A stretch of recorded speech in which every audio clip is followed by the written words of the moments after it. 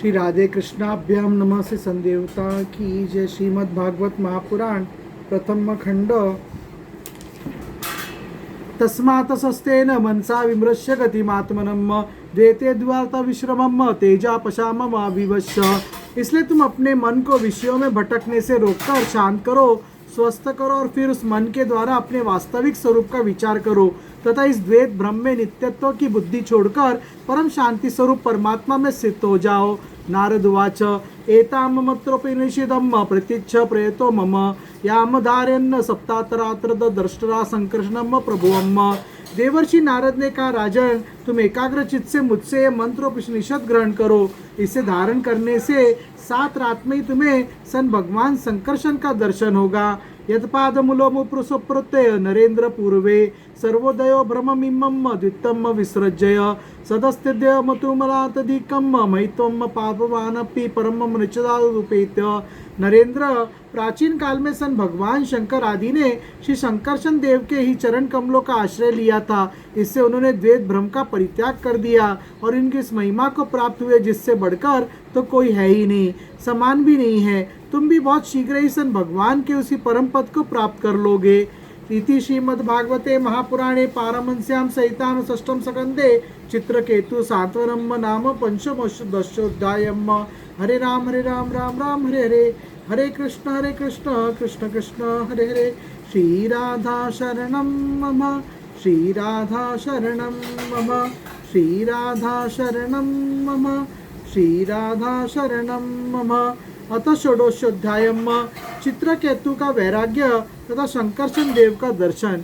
सुकुवाच अत देवर्षिराजन्न संप्रेतम रिपातमज्जम दर्शितवेति होवाच न्याति नामो शोचनातम। श्री सुखदेव जी कहते हैं, परीक्षित तदंतर देवर्षि नारद ने मृत राजकुमार के जीवात्मा को शोकाकुल स्वजनों के सामने प्रत्यक्ष बुलाकर कहा। नारद उवाच जीवात्मं न पश्य भद्रम ते मातरम पितरम चते स्वद्वबान्धवा सतापत्तम सूचो तव कृत्या भृशम।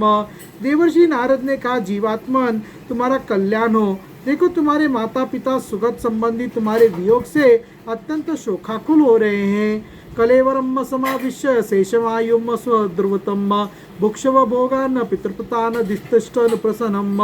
इसलिए तुम अपने शरीर में आ जाओ और शेष आयु अपने सगे संबंधियों के साथ ही रहकर व्यतीत करो। अपने पिता के दिए हुए भोगों को भोगो और राज सिंहासन पर बैठो। जीव उवाच कस्मि जन्मन्यमि मह्यम पितरो मातरो भवन्न कर्मेरमामनस्य देवर्तनो योनेसि। जीवात्मा ने कहा, देवर्षि जी मैं अपने कर्मों के अनुसार देवता, मनुष्य, पशु, पक्षी आदि योनियों में न जाने कितने जन्मों से भटक रहा हूँ। उनमें से ये लोग किस जन्म में मेरे माता पिता हुए। बंधुरिदातमस्थित मित्रोदासेन विद्वेषुम सर्वे एव हि सर्वेषाम भवन्ति क्रमशो मित्तम। विभिन्न जन्मों में भी सभी एक दूसरे के भाई बंधु, नाती गोती, शत्रु मित्र, मध्यस्थ, उदासीन और द्वेषी होते रहते हैं। यथा वस्तुनि पान्यानि हेमादिनी ततस्ततम पर्यटन्ति नैरवश्यम जीवो योनेषु कर्तेषु। जैसे स्वर्ण आदि क्रय विक्रय की वस्तुएं एक व्यापारी से दूसरे के पास जाती रहती है, वैसे ही जीव भी भिन्न भिन्न योनियों में उत्पन्न होता रहता है। नित्यासार्थस्य संबंधो नित्यो दृश्यते नृषु यावद्ध से ही संबंधो ममत्वम तावदेव ही। इस प्रकार विचार करने से पता लगता है कि मनुष्य की अपेक्षा अधिक दिन ठहरने वाले